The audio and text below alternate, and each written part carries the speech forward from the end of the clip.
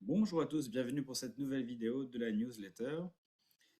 Cette semaine, c'est la Sidra de Béchalach, également appelée le Shabbat Shira, donc, dans laquelle nous allons lire la Shirat Hayam, la traversée de la mer. Mais avant d'arriver à la mer, il a fallu traverser une partie du désert, depuis l'Égypte pour arriver à la mer. Et dans cette traversée tumultueuse parce que on imagine que les Égyptiens qui se décident de courir après les Hébreux font que ceux-ci sont finalement acculés contre la mer. La Torah nous dit que il y avait comme projet de passer directement par, ce qui est assez logique, hein, si on regarde la carte, la carte de la région. Je vais vous montrer la carte de la région. Mais si on regarde la carte de la région, c'est assez logique de voir le chemin qui aurait été pris. Donc là, je vous partage une carte d'une région. Attendez que je regarde ça. Voilà. On a des gens. Voilà. Donc, quand vous regardez la carte, depuis l'Égypte jusqu'à Israël, bon, nous on connaît aujourd'hui parce que c'est la bande de Gaza, elle est connue pour ça, c'est ce qui jouxte l'Égypte et Israël. Donc, quand on part d'Égypte pour aller en Israël, on a un chemin qui est tout droit, et ensuite on prend un chemin qui va tout droit, voilà, on continue, il y a un cours d'eau qui est juste là, on est tranquille, on passe par le Sinaï, et après on arrive du côté d'Elat, où là on peut remonter, bref, en tous les cas, il y a même un commentateur qui dit que d'Égypte à Ashkelon, ça aurait duré 8 jours bout à bout. Donc, pour vous dire qu'il n'y avait aucune raison que ça dure aussi longtemps, un an.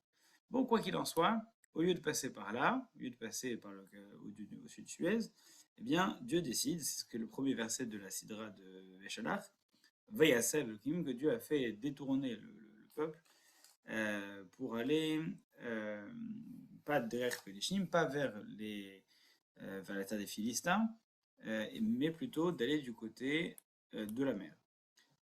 Et pourquoi? Parce que les d'Israël n'auraient pas été prêts. Ils n'auraient pas été prêts, à traverser le chemin des Philistins, tout simplement parce que, en voyant une guerre se profiler, ils auraient été là-bas en 2 jours. Et donc, imaginons 2 jours après la sortie, ils viennent tout juste de se remettre des émotions de la sortie d'Égypte, ça aurait été une catastrophe. Impossible d'imaginer prendre les armes parce que psychologiquement ils ne sont pas prêts. Vous me direz quelle différence ça fait de les faire détourner pour aller du côté de la mer, alors que non seulement dans la mer ils vont être face à la mer, mais en plus de cela, ils vont se faire poursuivre par les Égyptiens. Donc, on leur évite une guerre d'un côté avec les Philistins, mais de l'autre côté, on leur impose une autre avec les Égyptiens qui leur courent après et la mer qui est devant. Donc, pour une question de situation de stress, on est d'accord que la situation qui a été trouvée, pas bien meilleure que la première. Alors, c'est quoi la logique de détourner le peuple du chemin des Philistins pour aller dans endroits qui paraissent encore plus dangereux? La grande différence, d'abord, c'est que il y a du temps. Le temps, c'est essentiel. Quand on est face à une épreuve, le temps, c'est essentiel. Même si on doit faire face à un élément important, à un élément dur, si on est pris par le temps, on n'est pas préparé, c'est quelque chose qui peut être radicalement différent. 2 jours après la sortie d'Égypte, ils sont à peine remis. Là, ça intervient plusieurs jours après. Vous me direz, bon, 6 jours après, qu'est-ce que ça change? Euh, Qu'est-ce que ça change par rapport aux 2 jours qui auraient été le temps qu'il fallait pour rencontrer les Philistins? Eh bien, la différence majeure, elle se trouve que en fait, contre les Égyptiens, ils n'ont pas eu de guerre. Ils n'ont pas eu de guerre à affronter. Certes, il y a eu une situation stressante qui est la mer, qui est les Égyptiens, mais encore une fois, ils ont été passifs. Dans le sens où, que ce soit comme dans les plaies en Égypte, eh bien, ils se sont abattus, ils n'ont rien eu à faire, ils se sont abattus, si ce n'est parfois mettre du sang, prendre des décisions, mais ils n'ont pas eu de guerre à mener. Contre les Philistins, il aurait fallu prendre les armes. Et même si certains commentateurs nous disent que Vachamushim, ils sont venus armés, ils sont sortis d'Égypte avec de quoi se défendre, malgré tout, c'était encore trop tôt pour pouvoir être capable de mener une guerre. Et donc, trop proche aussi de l'Égypte et trop tentant de revenir en arrière. De manière générale, dans la vie, lorsqu'on a deux choix, lorsqu'on a le choix soit de prendre une décision radicale qui va transformer notre vie, mais qui, par définition, parce qu'elle est radicale, risque de bouleverser notre quotidien, on se dit peut-être que la situation que je vis, même si elle n'est pas mirobolante, je m'en accommode. Alors que si je me vais dans cette direction, je sais ce que j'ai, je ne sais pas ce que j'aurai, je ne sais pas ce que je gagne. Même si je pense pouvoir gagner, l'incertitude de ce qui va advenir n'est pas suffisamment convaincante pour pouvoir me mettre en danger maintenant.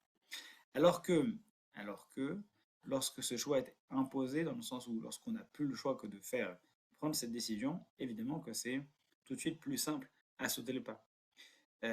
En l'occurrence, ici, les Béné Israël sont certes face à la mer, mais ils n'ont plus le choix. L'armée égyptienne est là, donc ils n'ont plus le choix que d'avancer. Ils avancent, et lorsqu'ils ont traversé la mer, ils ont accompli un grand pas. Ils ont avancé d'un grand pas parce que ils ont fait le choix de partir, ou plutôt ils sont partis. Et donc la décision ne leur était pas proposée, elle leur était imposée. Mais à partir du moment où la décision est prise, même si elle est radicale, et bien ensuite, on est content d'avoir pu faire ce choix et surtout, maintenant, on s'offre la possibilité d'envisager un avenir différent. En particulier, après avoir traversé la mer, ils ont derrière eux la mer, plus de possibilités de revenir en arrière, en tout cas, moins de possibilités de revenir en arrière, même si durant toute la traversée, ils seront toujours tentés, traverser le désert, toujours tentés de revenir en arrière, moins de possibilités. Eh bien, dans notre vie au quotidien, c'est un petit peu la même chose. Tant qu'on ne se force pas à prendre cette décision parfois radicale, eh bien, s'il n'y a rien qui nous oblige, on risque de toujours rester dans ce qui est confortable, ou plutôt ce qui est connu. Alors qu'à partir du moment où on aura réussi à passer le pas, eh bien, certes, on plonge dans l'inconnu, mais puisqu'on plonge dans l'inconnu, on se permet d'envisager des avenirs possibles, d'envisager des avenirs qui n'auraient pas été possibles dans la situation dans laquelle on était auparavant. C'est ce qui se passe avec les Hébreux qui traversent la mer, qui sont forcés à traverser la mer. Certes, un autre chemin passé par les Philistins, ça aurait été peut-être impossible, mais là, il s'agissait d'abord de leur faire prendre conscience que pour faire aboutir un avenir différent, il faut savoir prendre des décisions, même parfois radicales, pour ensuite pouvoir jouir de ces possibles. Alors, c'est la Shiratayam, le cantique de la mer, qui nous rappelle d'une part eh bien, l'association, c'est-à-dire l'aide de Dieu dans cette traversée qui a été et physiquement et psychologiquement difficile, mais qui a permis, au terme de cette traversée, la possibilité de créer un peuple libre et autonome. C'est ce qu'on souhaite encore aujourd'hui, retrouver et jouir de cette liberté, de cette autonomie. Et c'est pour ça qu'on est tellement reconnaissant envers cette génération qui a fait tous ces efforts-là et que l'on lit ce chant tous les jours, le chant de la liberté, le chant de l'autonomie. Shabbat Shalom et à bientôt pour la newsletter.